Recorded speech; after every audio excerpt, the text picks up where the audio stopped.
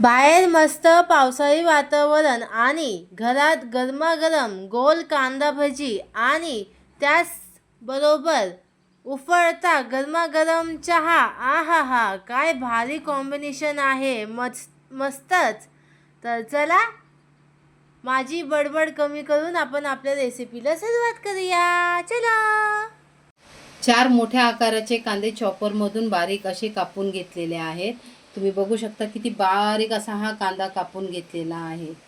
आणि त्यासाठी आहे ना आपल्याला अगदी मोजकी सामग्री लागणार आहे. भरपूर प्रमाणात कोथिंबीर म्हणजे मूठभर कोथिंबीर, चवीनुसार मीठ, एक हिरवी मिरची मोठी होती ती कापून घेतलेली आहे. ओवा घेतलेला आहे, तो आपल्याला हातावर चुरून टाकायचा. आणि खायचा सोडा, ही एवढीच सामग्री आपल्याला लागणार आहे.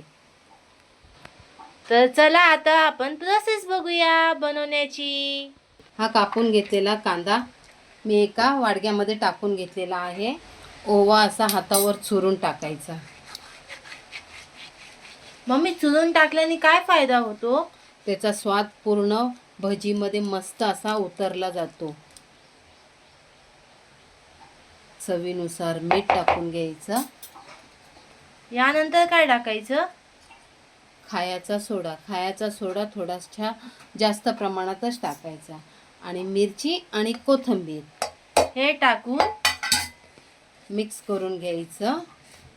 आणि ह्या मिश्रणात मावेल तेवढं बेसन पीठ टाकून घ्यायचं आहे आपल्याला. सुरुवातीला हे सर्व मिश्रण असंच मिक्स करून घ्यायचं, म्हणजे कांद्याला मीठ, खायचा सोडा वगैरे सर्व लागला जातो ना, यासाठी हे असं सर्व मिक्स करून घ्यायचं. आणि कांद्याला पाणी सुटतं, ही अगदी महत्त्वाची टीप आहे मैत्रिणींनो. कांद्याला पाणी सुटतं ना, म्हणून हे असं आपल्याला अगोदरच मिक्स करून घ्यायचं. आणि 2 मिनटं झाकण ठेवून आपल्याला असंच ठेवायचं आहे. असं झाकण उघडून घ्यायचं आता 2 मिनिटानंतर. आणि यामध्ये बेसन घालून घ्यायचं आहे मावेल तेवढं. साधारण 1 वाटी बेसन पीठ लागणार आहे आपल्याला. व्यवस्थित असं मिक्स करून घ्यायचं. हे बघा, कांद्याला पाणी सुटलं ना, अजिबात आपण ह्याच्यात पाणी वापरलेलं नाहीये.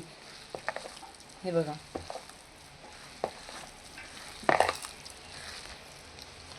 असं आपल्याला व्यवस्थित हे मिश्रण मिक्स करून घ्यायचं आहे. हे बघा, अजिबात पाणी वापरलेलं नाही. कांद्याने जे पाणी सोडलेलं आहे त्या कांद्याच्याच पाण्यामध्ये आपल्याला हे बेसन पीठ मिक्स करून घ्यायचं आहे. साधारण मला थोडंसं बेसन लागेल असं वाटतंय, मी थोडं बेसन टाकून घेते.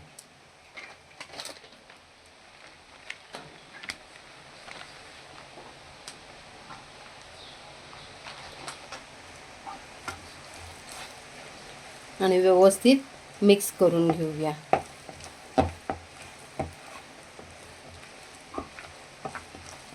जेवढं तुम्ही फेटाल ना, तेवढे आपले हे गोल भजी आहेत ना, खूप छान असे होतात.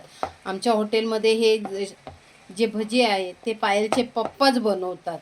आज तुम्हाला दाखवायचं म्हणून मी हे भजी बनवत आहे, नाहीतर पायलचे पप्पा खूप सुंदर हे भजी बनवतात.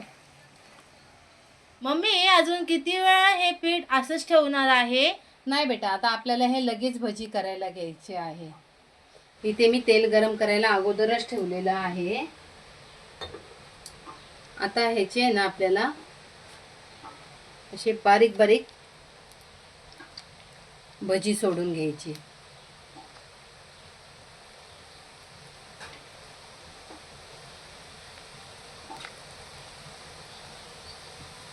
कढईत जेवढे मावतील तेवढेच सोडायचे, जास्त गर्दी करायची नाही.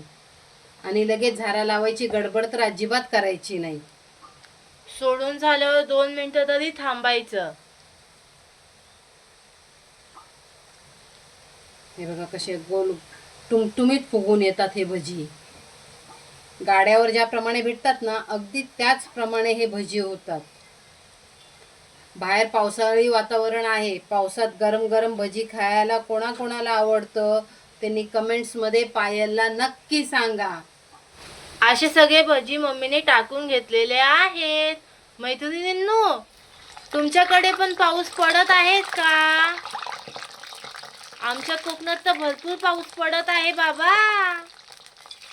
आणि पावसाळ्यात गरम गरम भजी खायला खूप मज्जा येते. आणि खासकर माझं तर हे खूपच फेवरेट आहे माहिती का. गरम गरम भजी, चहा आणि पाव असे मस्त सोनेरी रंगावर आपल्याला तळून घ्यायचे आहेत.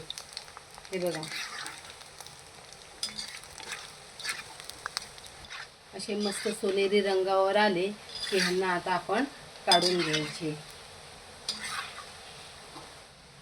आता आपण हे काढून घेऊया. कसे मस्त सोनेरी रंगावर भजी झालेले आहेत. भारीच. मला तर हे भजी खूप आवडतात. तुम्हाला आवडतात की नाही मला हे कमेंट्स मध्ये नक्की सांगा. तुमचे फेवरेट आहे का?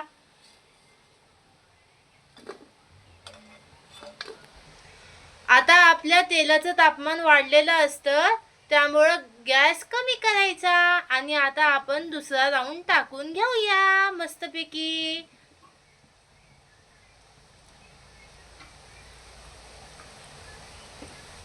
कढईमध्ये जेवढे मावतील ना तेवढेच भजी टाकायचे.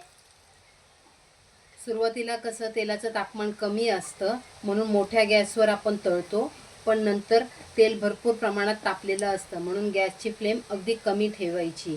आणि मग हे भजी आपल्याला तळून घ्यायचे आहेत. ही अगदी महत्त्वाची टीप आहे मैत्रिणींनो. तुम्हाला माझी कमेंट्री कशी वाटते मला कमेंट्समध्ये नक्की सांगा बरं का. सोनेरी रंगावर तळून घेऊया. आता व्यवस्थित त्यांना हलवून घ्यायचं, खाली वर करायचं, कारण चारी बाजूने व्यवस्थित आपल्याला हे तळून घ्यायचे आहे. शिजायला पाहिजे ना. बरोबर.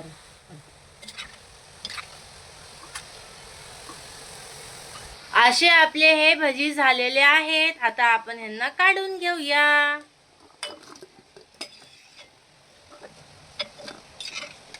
अगदी मोजक्या साहित्यात खूप सुंदर असे गाड्यावर भेटतात त्याप्रमाणे गोल भजी आपले बनून तयार झालेले आहेत. आता या भजी बरोबर खाण्यासाठी मी मिरची तळत आहे. अशा 4 मिरच्या केल्या आहेत. गरम गरम तेलात आपल्याला त्या तळून घ्यायच्या आहेत. अशी आपली मिरची पण तळून झालेली आहे. आता ही पण आपण काढून घेऊया मस्त मस्त.